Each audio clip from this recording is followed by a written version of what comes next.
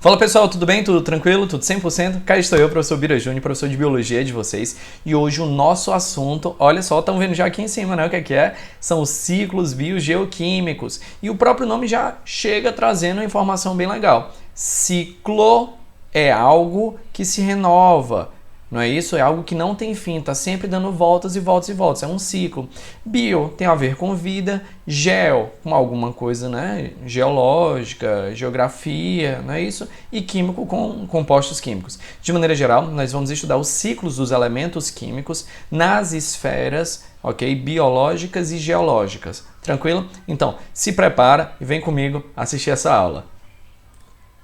O primeiro ciclo que eu trago para vocês é um ciclo que nós estamos fazendo agora enquanto estamos assistindo essa aula, não é isso? É o ciclo do carbono. E como é que a gente faz esse ciclo do carbono? O ciclo do carbono, ele é um determinado ciclo regido principalmente pelo carbono passar por determinados tipos de processos, né? Determinados tipos de ambientes, e em cada um desses ambientes ele está em uma forma diferente. O carbono por si só é um átomo, principal formador dos seres vivos. Então, como ele é o principal formador dos seres vivos, a primeira coisa que a gente tem que ver é onde é que o carbono está nos seres vivos. Então, ele está fazendo que tipo de composto? Está fazendo basicamente todas as biomoléculas, está fazendo praticamente todos os açúcares, está fazendo as moléculas de lipídio, as proteínas em geral. Enfim, o carbono está em todas as biomoléculas. Significa então que o ciclo do carbono, né, o carbono numa parte do ciclo do carbono, ele está presente principalmente em um só ser humano, em um só animal? Não, ele está presente em todos esses seres humanos. Mas esses seres humanos, eles liberam determinadas substâncias no final de uma alimentação, não é isso? E essas substâncias, nessas excretas, essas fezes, elas têm uma grande quantidade de carbono. Então o ciclo do carbono saiu do ser humano, saiu dos seres vivos, acabou indo para a excreta, eu tenho uma grande quantidade de carbono ali naquela excreta, e esse carbono vai ser absorvido por quem? Alguém vai absorver? Sim. Existem vários seres vivos que conseguem utilizar o carbono de excretas como fonte de alimentação. Um dos exemplos que nós temos é justamente as plantas. As plantas, através da fotossíntese, elas conseguem pegar os dejetos e os estercos e tudo isso e acaba absorvendo. O carbono, então, que está indo como uma forma de adubo para essas plantas, vai ser transformado depois em aminoácidos, vai ser transformado depois em açúcares, em lipídios para a própria planta. Tá? Os lipídios, nós temos lipídios diversos nas plantas, não é isso? Não sei se vocês sabem, mas os lipídios eles são inclusive ceras que fazem a proteção da folha, do caule, enfim. Ok? E esse carbono que foi absorvido pela planta acaba voltando para os próprios seres vivos de que forma? Acaba voltando para a planta, ou acaba voltando para os próprios seres vivos na forma da alimentação. Os seres vivos, eles defecaram alguma coisa que comeram. Então vamos hipotetizar no caso que quem comeu foi... as fezes elas vieram de uma vaca. A vaca adubou o capim absorveu o carbono do esterco da vaca e acabou se transformando em alimento para outra vaca. Então eu já tenho um ciclo fechado.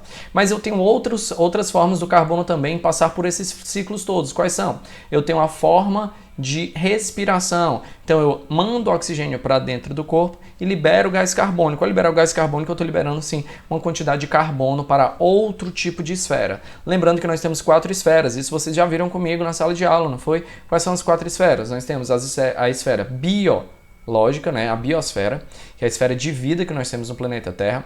Nós temos a atmosfera, que é a esfera dos gases. Nós temos a litosfera, que é a esfera da terra, das rochas, é a esfera geológica, né?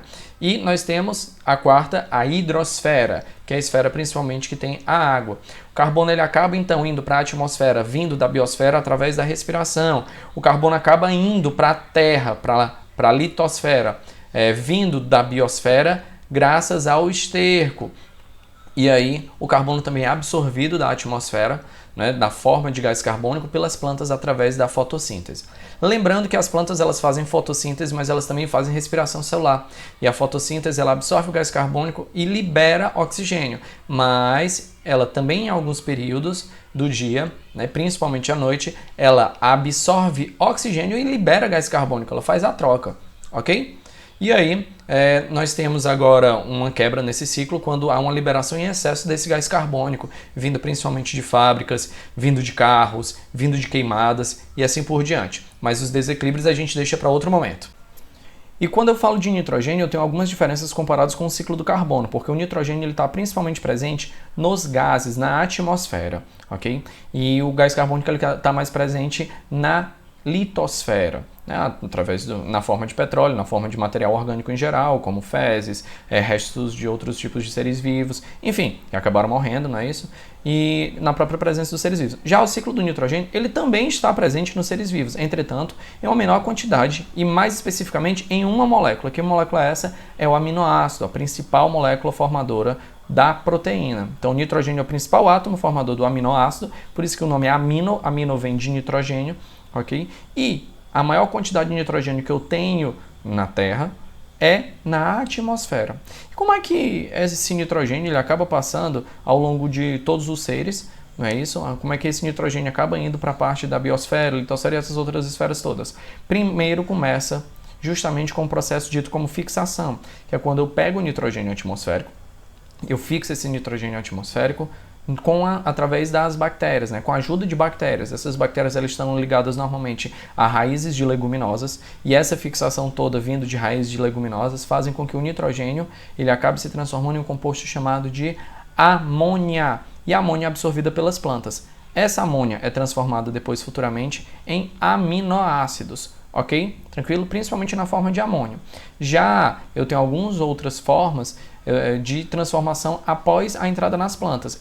Entrou na planta o nitrogênio, ele começa a formar aminoácidos. Aí eu tenho uma cadeia alimentar que vai pegar o aminoácido, né? E quem comeu a planta vai pegar os aminoácidos da planta e vai fazer aminoácidos próprios e vão passando esses aminoácidos ao longo da cadeia alimentar. Até chegar um determinado momento que simplesmente acontece um processo dito como um processo ele acabou morrendo e acaba iniciando o processo de decomposição, ok? Esse processo de decomposição, ele acaba gerando a formação, logo futuramente, de nitrificação. O que é nitrificação? É quando simplesmente eu pego os compostos vindos da decomposição, que são normalmente feitos a partir de amônio, que é o amoníaco, e eu transformo esse amônio aqui em nitritos e em nitratos. Tranquilo? O nitrito e o nitrato, ele pode ser absorvido por algumas plantas, mais precisamente o nitrato é mais absorvido pelas plantas do que o normal, que é essa molécula bem aqui, certo? Eu estou mostrando para vocês no mouse. Já quando eu tenho um excesso de nitratos no solo, eu também tenho algumas outras bactérias, que essas bactérias vão pegar o nitrato e transformar no nitrogênio atmosférico. Como é que eu faço essa transformação? Através das bactérias ditas como desnitrificantes. Elas pegam nitratos e transformam em nitritos, tranquilo? O nome de cada um desses processos varia. Então vamos lá relembrar, recapitular quais são. O primeiro é a fixação do nitrogênio. Eu pego o nitrogênio atmosférico e o transformo em amônia. Segundo, é quando eu pego essa amônia e transformo em aminoácido. É uma síntese proteica normal, uma síntese proteica simples. Terceiro, quando seres vivos acabam morrendo, e aí eu tenho o processo de decomposição. A decomposição libera principalmente moléculas de amônio, que é o amoníaco, ok? Esse amoníaco não é absorvido pelas plantas, então nós temos o outro processo. Qual é o outro processo? É a nitrificação, quando eu pego o amônio, que é o amoníaco, e o transformo em nitratos ou em nitritos. Já a planta consegue absorver esses nitratos, mas se eu tenho muito nitrato em excesso, eu vou para o quinto, que é qual? O quinto é simplesmente a desnitrificação, pegando os nitratos e transformando eles em gás atmosférico, que é o próprio nitrogênio. Tranquilo? E o terceiro ponto que a gente tem, o terceiro ciclo que nós temos, o mais conhecido, né, obviamente, é o famoso ciclo da água.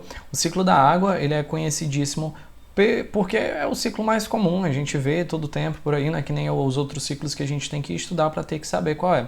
Né? No caso da água, a gente consegue ver a chuva, a gente consegue entender, ver os rios, consegue ver essa movimentação, então eu acredito que é muito mais fácil a gente ter essa noção da importância do próprio ciclo da água, tranquilo? Então, o ciclo da água ele é dividido normalmente em dois tipos de ciclos, o grande ciclo e o pequeno ciclo.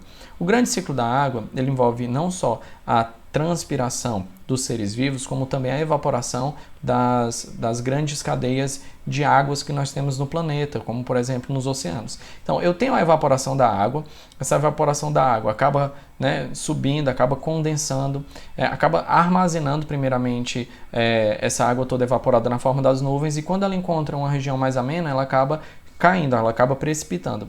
Quando precipita, simplesmente essa precipitação toda acaba descendo na forma de rios, sempre da parte mais superior até a parte mais inferior e até encontrar o mar. Então o rio sempre corre para o mar. Só que parte dessa água também acaba infiltrando, ok? E essa infiltração toda, ela acaba indo justamente para debaixo do solo. E embaixo do solo eu tenho a formação dos lençóis freáticos. Lençóis freáticos esses que acabam sim também correndo não só para o mar, como acabam tendo a eclosão dessa água toda em determinadas fontes e nascentes de rios. E outra parte também é absorvida pelas plantas que têm grandes raízes que acabam absorvendo a água desses lençóis freáticos. Quando a água encontra o mar, eu tenho o fechamento do primeiro ciclo.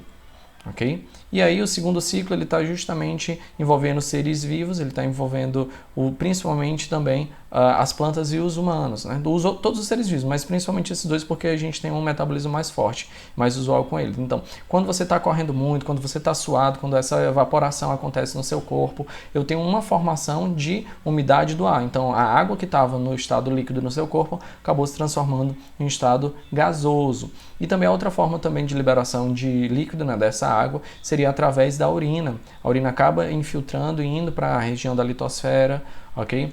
E eu tenho essa reabsorção toda dos líquidos, principalmente através das raízes das plantas. Tranquilo? Lembrando que essa transpiração toda auxilia na formação de nuvens, tanto é que na Amazônia é o local que mais chove, é o local que mais tem nuvens no planeta Terra, porque eu tenho uma grande quantidade de plantas que fazem a transpiração e aumentam a umidade desse local, que é tão belíssimo, tão esplendoroso, ok? Então, de antemão, eu já venho aqui agradecer a presença de todo mundo.